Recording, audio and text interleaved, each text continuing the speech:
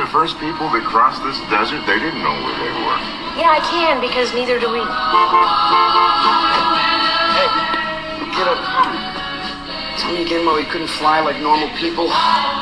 Don't see too many travelers around here. Where you all headed? San Diego. Yeah, have a safe trip.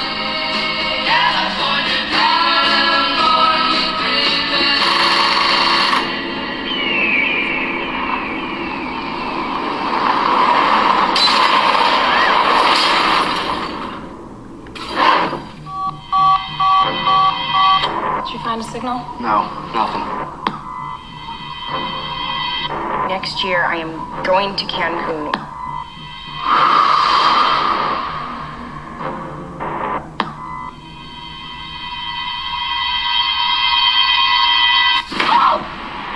They're like people or something living in those hills. Hello?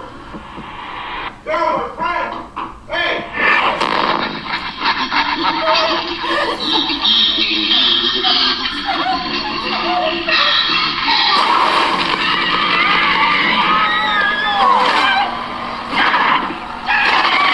What do you want?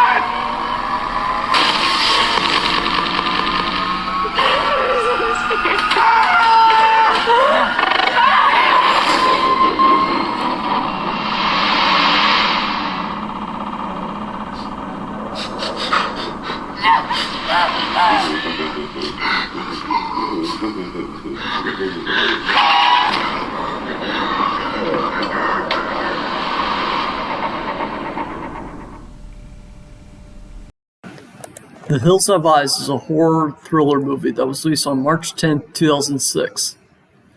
This is actually a remake of a movie from the 1970s done by Wes Craven. I have not seen that movie, so I will not be comparing this movie to it. I'm just speaking as a person who only saw the remake.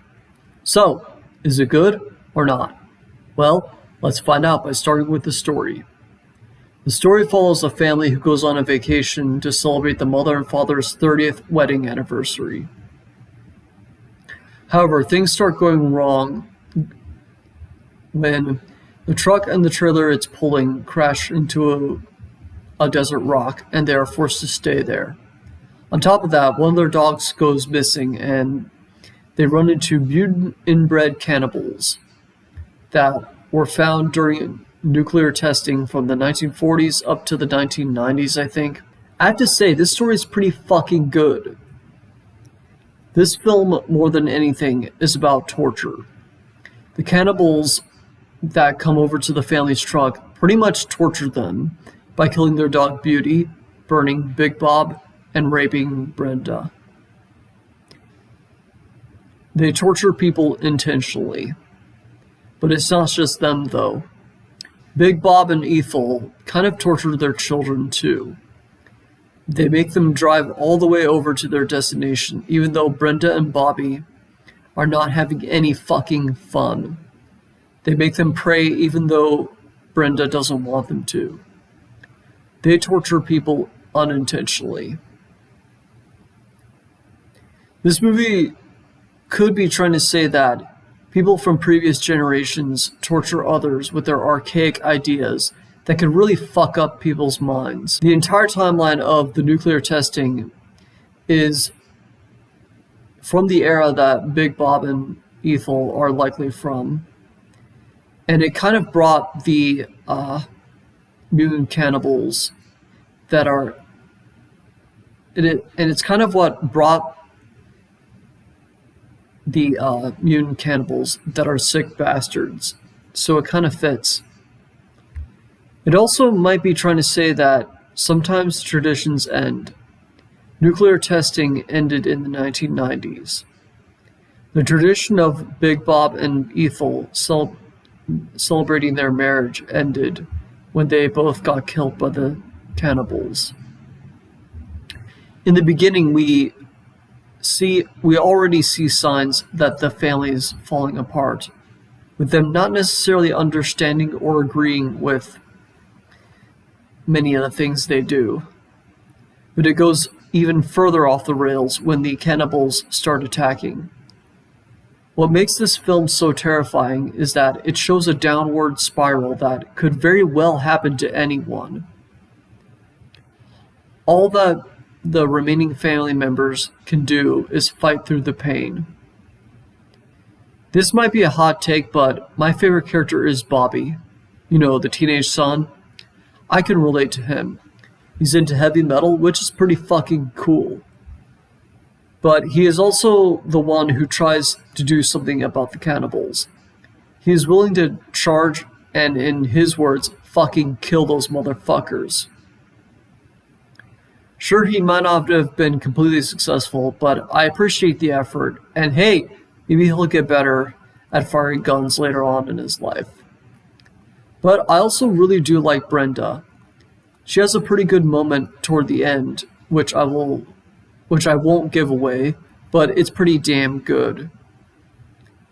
Even Doug started to grow on me. Yeah, in the beginning I felt it was kind of bullshit that Big Bob assumed he was a liberal and said he doesn't like firing guns.